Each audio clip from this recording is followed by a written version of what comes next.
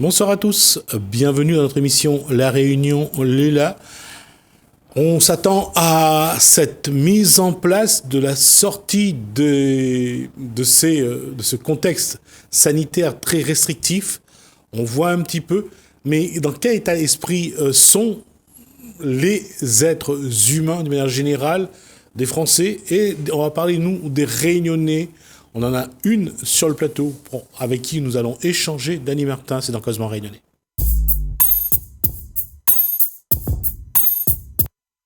Bonsoir Dany Martin. Bonsoir Jesmy et merci de m'inviter. La question, quand je disais, c'est dans quel état d'esprit sommes-nous et est-ce qu'on est prêt à sortir de ce confinement, enfin de un confinement d'ailleurs, cette crise sanitaire. De cette crise sanitaire. On va dire que la Réunion est là, hein. La Réunion est toujours la même. On n'arrive pas à nous enterrer, à nous enfermer vraiment. Bon, la Réunion, on a été à un moment, on va dire l'année dernière, tout le monde a été surpris par cette maladie qui est tombée sur nous, mais d'un coup, on va pas refaire le passé, mais nous savons comment c'est venu, comment c'est passé. L'aéroport notamment qui est resté ouvert, les écoles notamment. Donc comment la maladie a un petit peu propagé. Aujourd'hui, le président de la République parle d'une sortie de crise. À la Réunion, on va dire que la sortie de crise, on n'a pas vécu de la même manière que la métropole non plus. Oui, mais les conséquences psychologiques sont là, mentales les mêmes. Et psychologiques. Oui. Tout à fait. Les conséquences psychologiques sont les mêmes. Les gens se sont retrouvés enfermés chez eux. Vous avez eu quand même une période pendant ce confinement de 55 jours qui ont été très très durs, surtout pour les gens qui habitaient les immeubles, les couples notamment, trouver de la nourriture, parce que on va dire celui qui a son petit jardin pouvait aller encore cueillir 2 braides, tuer sa poule dans la cour, mais les autres ont vraiment souffert. Il y en a beaucoup qui ont souffert de ça. Et encore aujourd'hui, c'est pas fini. Oui. On aura l'occasion de revenir sur ce point-là. Ce confinement a été très néfaste au couple. Il y a eu quand même pas mal de soucis à ce niveau-là. Écoute, Jesmy, je suis un peu comme toi, hein. Je lis les infos, je regarde autour de moi, je vis à La Réunion, je vis dans un quartier, on voit, oui, effectivement, moi j'ai des amis, beaucoup, il y a eu des divorces, hélas, il y a eu des coups de portée, parce que les gens n'en pouvaient plus, ne supportaient plus. Aujourd'hui, si ces gens-là étaient dans un autre contexte de hors crise sanitaire, hors confinement, je pense que ces couples, que ces personnes n'auraient pas souffert de cette manière-là. Oui, effectivement, ça nous a fait du mal. Donc, et quand je reviens à ça, c'est que les gens croient que ça va être simple de sortir, de passer de ces 12 à 15 mois, voire un peu plus, où on a été, j'allais dire, contrôlé. On a été vraiment posé dans des cadres et on devait agir de telle façon. Il fallait plus se serrer la main, il fallait plus faire la bise, il fallait plus sortir, on pouvait plus se toucher, on pouvait plus... Et surtout, combien d'entre nous sont tombés dans une forme de psychose, rester à la maison, avoir peur de sortir.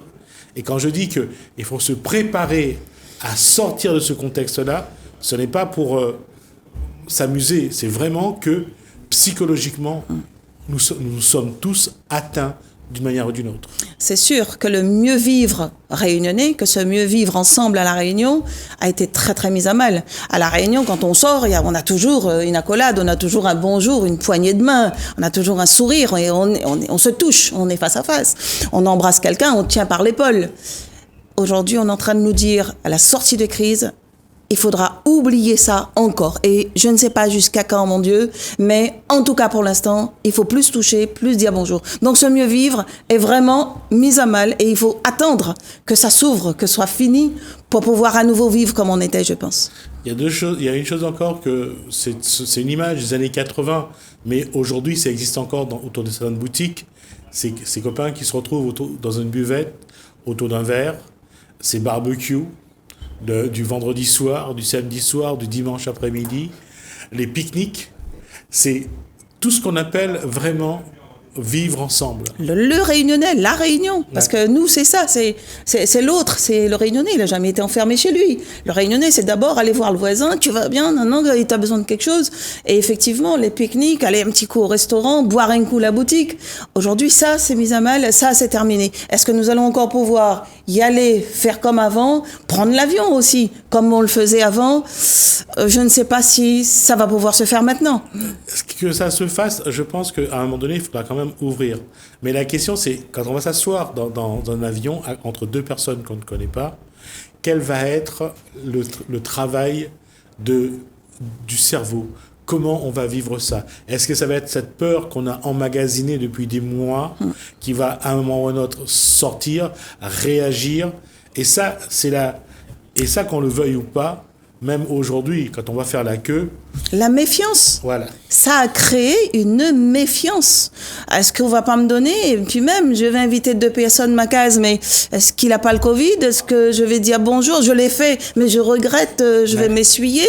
Est-ce que psychologiquement, effectivement, on ne vit plus pareil? On se pose des questions. L'enfant va à l'école, il rentre le soir. Est-ce que l'enfant n'a pas été contaminé? Il y a le cas, là encore, hier, dans le journal, d'une maman qui parlait que son enfant a été atteint du Covid par la crèche. On n'y pense pas. Un petit enfant qu'on récupère de la crèche apporte le Covid à la maison. Et là, qu'est-ce qu'on dit? Mais c'est l'enfant de qui? C'est qui? Est-ce que c'est le personnel? Il y a tout un système psychologique, un cheminement qui se met en place. Et on se dit, bon, autant garder mon marmaille la case. Mais si je garde mon marmaille la case, je sors plus. Si je sors plus, il faut plus que je travaille. Et les courses, et il n'y a plus rien qui fonctionne. Il y a eu un cas, il y a quelques jours, d'une personne de restauration scolaire dans le sud, non, dans l'ouest, pardon, et tout d'un coup, c'est tout un contexte. C'est d'abord les collègues, ceux qui servent à manger aux enfants, et est-ce que les enfants ont touché la main ou une partie d'un individu qui travaille dans la restauration scolaire? Vous voyez, comment le cerveau se met à travailler. Et quand je dis qu'il y a une psychose, je ne pense pas qu'on en est loin de cette psychose. Moi, je pense que la psychose va aussi un petit peu plus loin. Tu as une ministre canadienne qui a dit au couple, mettez le masque. Là aussi, on a ce souci de rencontre. Comment... Parce que les rencontres, vous savez bien, allez, depuis quelque temps, ça se fait par Internet, Jismi. On tapote sur son petit téléphone, sur son smartphone, la case, on tapote. Allez, hop, il y a quelqu'un, ça fait tilt et ça marche. On va le rencontrer. Comment on fait? On met le masque la première fois, je le vois, mais je verrai pas ses traits. Allez, on va l'enlever. Mais est-ce qu'il n'a pas le Covid? Est-ce que c'est quelqu'un qui... Il y a des questions, il y a des choses qui se posent. Même à ce niveau-là, je veux dire, de la vie, tout simplement, de construire la vie, de continuer à vivre. Ça aussi, c'est mis à mal. Et ça, c'est dommage. Oui, mais le problème, c'est que la gestion de cette crise sanitaire n'a pas été celle qu'on aurait aimé. Et puis, les décisions venant du gouvernement ont tellement évolué que à un moment donné, on ne sait plus où est la vérité, on ne sait plus qu'est-ce qu'il faut croire, ne serait-ce que l'exemple du masque, au départ, c'était pas jamais été clair. Voilà. Effectivement, le gouvernement, les élus, en gros, on va dire, n'ont pas été clairs du tout sur la manière de gérer cette maladie. En même temps, on va dire que c'est la première fois. Alors, il y en a d'autres qui me disent, mais non, Dani, il y a eu la peste à l'époque. Alors, on a bien géré la peste. Oui, mais il y a eu plus de morts que le Covid. Donc, c'est assez relatif. Donc, il fallait trouver le juste milieu entre l'économie qui devait continuer, parce qu'il faut continuer quand même à vivre. L'argent devait continuer à circuler. Mais en même temps, c'est une maladie mondiale. Ce n'est pas simplement la Réunion, la France, mais c'est mondial. Donc, c'est aussi la remise en cause, Jismi, du partage de l'autre. On en revient à ce vivre ensemble, à cette mondialisation, cette ouverture, cet espace Schengen qui s'est ouvert. On en revient vraiment à tout ça. Je te laisse. Il y a une chose que je voulais dire quand même, quand on parle de cette ouverture, de la relation à l'autre, du vivre ensemble. Est-ce que cette maladie n'a pas accentué déjà un phénomène qui existe depuis les années 90 ? C'est l'individualisation. On peut revenir à ça. Je te répondrai que effectivement, on a les politiques qui l'ont géré d'une façon, la population l'a ressorti d'une autre façon, mais la population même, elle est divisée. L'individualisation, bien sûr, on y est, c'est la technologie qui l'oblige. C'est le vivre ensemble aujourd'hui, l'individualisation commence même dans la case. L'enfant est sur son téléphone, à part, il est en train ordinateur. L'individualisation a commencé, donc je dis bien, avec la technologie. C'est pour ça que je dis à accentuer l'individualisation. Oui, bien sûr que ça a accentué. Mais, excuse-moi, mais cette individualisation, une fois qu'on a été confiné, et on a trouvé, non, tout compte fait, on a besoin de l'autre. Oui. Il faut s'ouvrir. Oui, mais le problème, je suis d'accord sur cette posture-là, mais la question est comment on va travailler sur soi pour retrouver cette envie d'aller vers l'autre.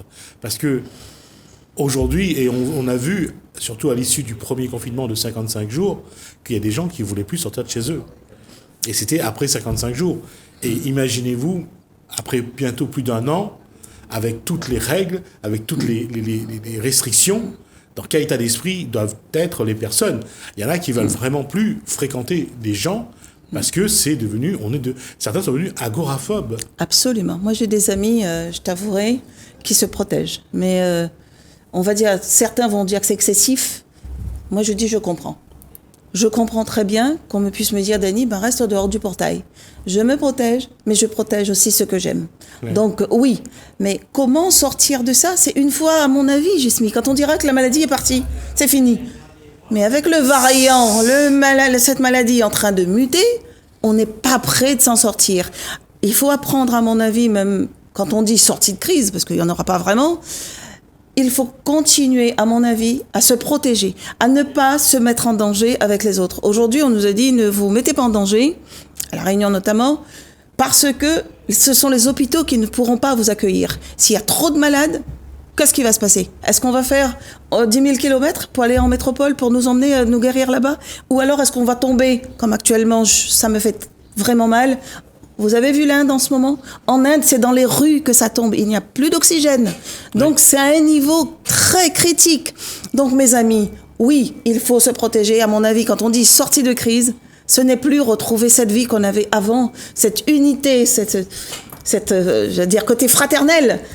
Il faudra le faire avec distance. Je crois que chaque individu devra, et ce qu'on essaye de dire depuis maintenant quelques émissions, c'est que chaque individu devra quand même faire sa propre autocritique, voir quels sont les dégâts que ce contexte sanitaire a causé sur chacun d'entre nous et chacune d'entre nous.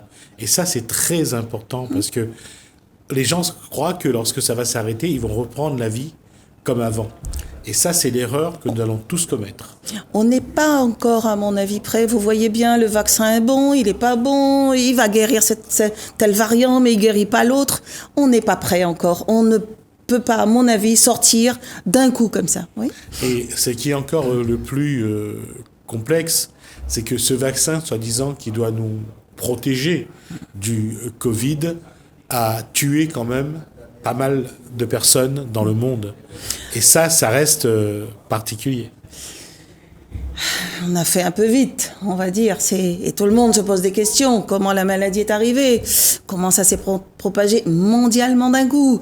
Comment un vaccin a pu naître d'un coup d'un bout d'un pays à l'autre? Comment ça Non, il y a plein de questions et encore beaucoup de réponses. Vous avez des gens qui sont complètement réticents au vaccin. D'autres qui disent non, on fait confiance, on y va. Mais quelle est la bonne posture? Quelle est la bonne posture? Nous ne le savons pas. Il y a le contexte sanitaire qui a été géré par le gouvernement, le côté politique, faites attention, protégez-vous, masque, ou pour le début c'était même pas masque, protégez-vous, etc. Et il y a aussi la gestion familiale, la maladie au sein de la famille.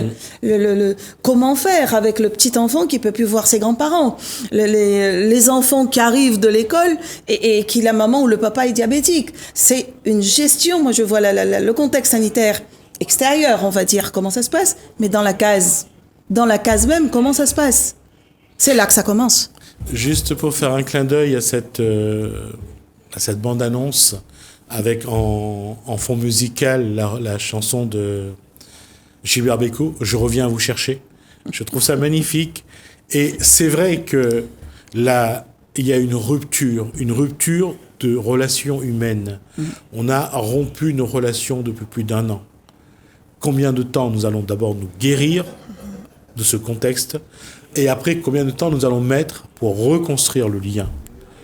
Et ça ne sera pas comme avant. Surtout, ne faites pas l'erreur de croire que ça va être comme avant. Ça ne sera jamais comme avant. Et jamais plus. C'est vrai, je suis d'accord avec toi.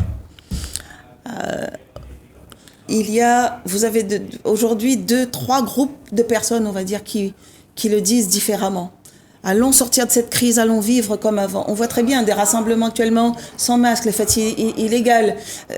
Les gens ont envie de vivre, mais faites-le avec précaution, protégez-vous en tout cas. Et surtout, c'est quelque chose qu'on va répéter avec le temps. On va vraiment essayer de prendre le temps de vous le dire. On fera venir, s'il le faut, des psychothérapeutes sur ce plateau pour vous dire que c'est un nouveau départ. C'est un nouveau. Et que c'est un départ vers vers l'inconnu, vers quelque chose que vous allez devoir construire ou reconstruire. Et ça me fait sourire à chaque fois de se rendre compte que on doit encore s'inventer et se réinventer. Et dans le contexte actuel, c'est pas simple, parce qu'on a toujours cette habitude d'aimer notre passé, d'aimer ces moments qu'on a connus. Très attaché. On est très attachés, c'est normal, c'est notre enfance, c'est notre vécu. Et comme je te disais, la Réunion, c'est la Réunion, on vit ensemble, le pique-nique, la fête, danser, ça c'est nous. Et aujourd'hui, c'est plus possible. J'avais envie de dire, c'est un mot qui me vient direct là, c'est plus jamais comme avant. Mais c'est trop triste. C'est trop triste. Oui, et quand les uns vont se saluer, vont se serrer les mains, les autres vont se faire des bisous, des accolades. Vous allez voir ce sentiment étrange d'avoir, tiens, ça a déjà vu. Exactement. J'ai déjà vécu ça. Et c'est ça qui va nous, c'est ça ce qui va vous faire vraiment mal, c'est d'avoir l'impression qu'on vous a volé quelque chose, parce que on vous a volé quelque chose. Et qu'est-ce qu'on vous a volé? C'est à chacun de ressentir. Pour moi, sincèrement, c'est notre liberté. C'est la liberté. La liberté de dire aujourd'hui, je repars faire mes courses, je me pose pas de la question de me laver les mains tous les matins ou dès que je vais quelque part, je me masque, je sors de la maison, je me masque. Donc c'est une liberté qu'on a perdue. Et nous l'avons perdue aussi dans le porte-monnaie quand même, il faut le dire, parce que le masque, il faut l'acheter. Et ça va nous ramener à redéfinir c'est quoi la liberté. La liberté d'action, la liberté de penser, être libre dans sa tête, est-ce que c'est être libre dans son corps, dans ses gestes? C'est autant de choses qu'il va falloir sans doute redéfinir. Et il n'y a pas pire chose que de tout remettre en cause. C'est vrai. Il y en a qui vont crier haut et fort, laissez-moi ma liberté de penser. Hein. On revient à Florent Pagny. Ouais. Laissez-moi ma liberté de penser. Mais on ne peut pas, ce n'est pas possible. Il y a la loi qui nous en empêche, mais pour de bonnes raisons, à mon avis. C'est se protéger les autres. Et comme je vous l'ai dit, c'est surtout les lits dans les hôpitaux. Il n'y en aura peut-être pas pour tout le monde, si tout le monde est malade en même temps. C'est ça qu'il faut penser. Il faut vraiment faire attention.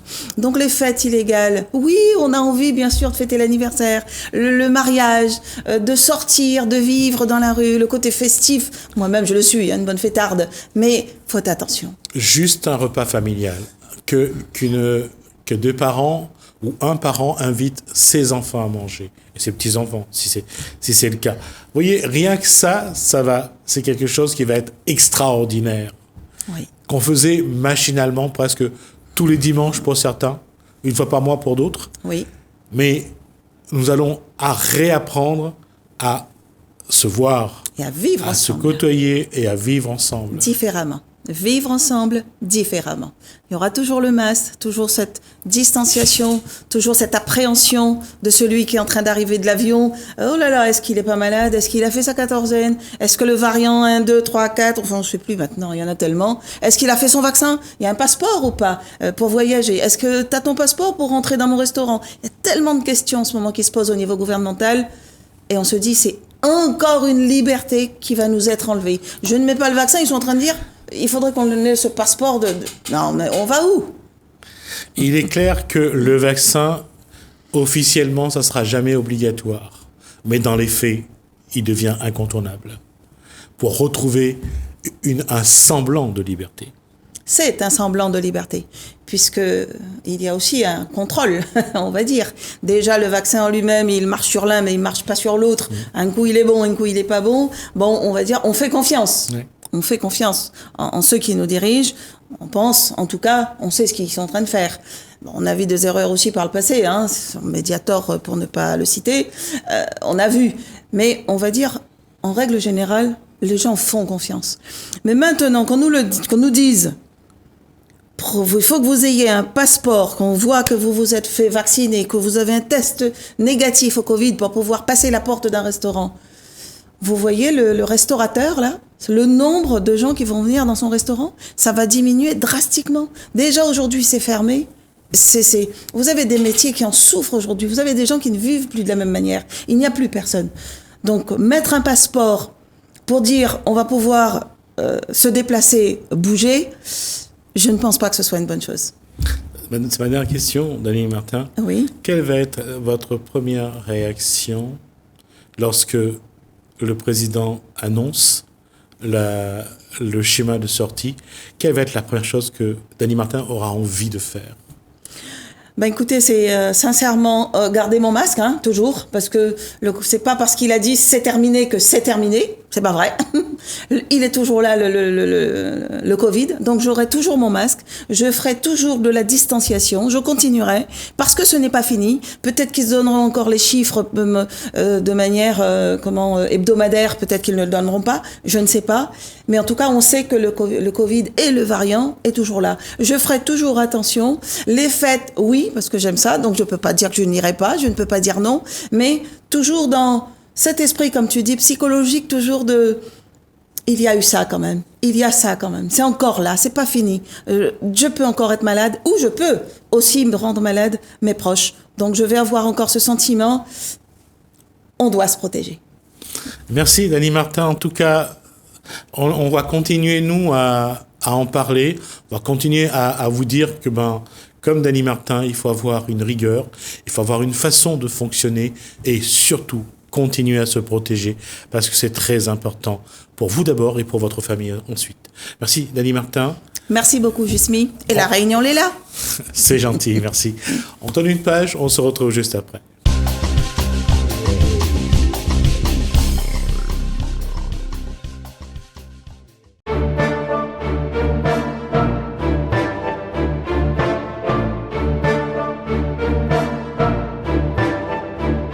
Quelle est cette récompense que reçoit Maodéo? On a reçu le prix de l'ESS, c'est-à-dire l'économie sociale solidaire, donc parrainé par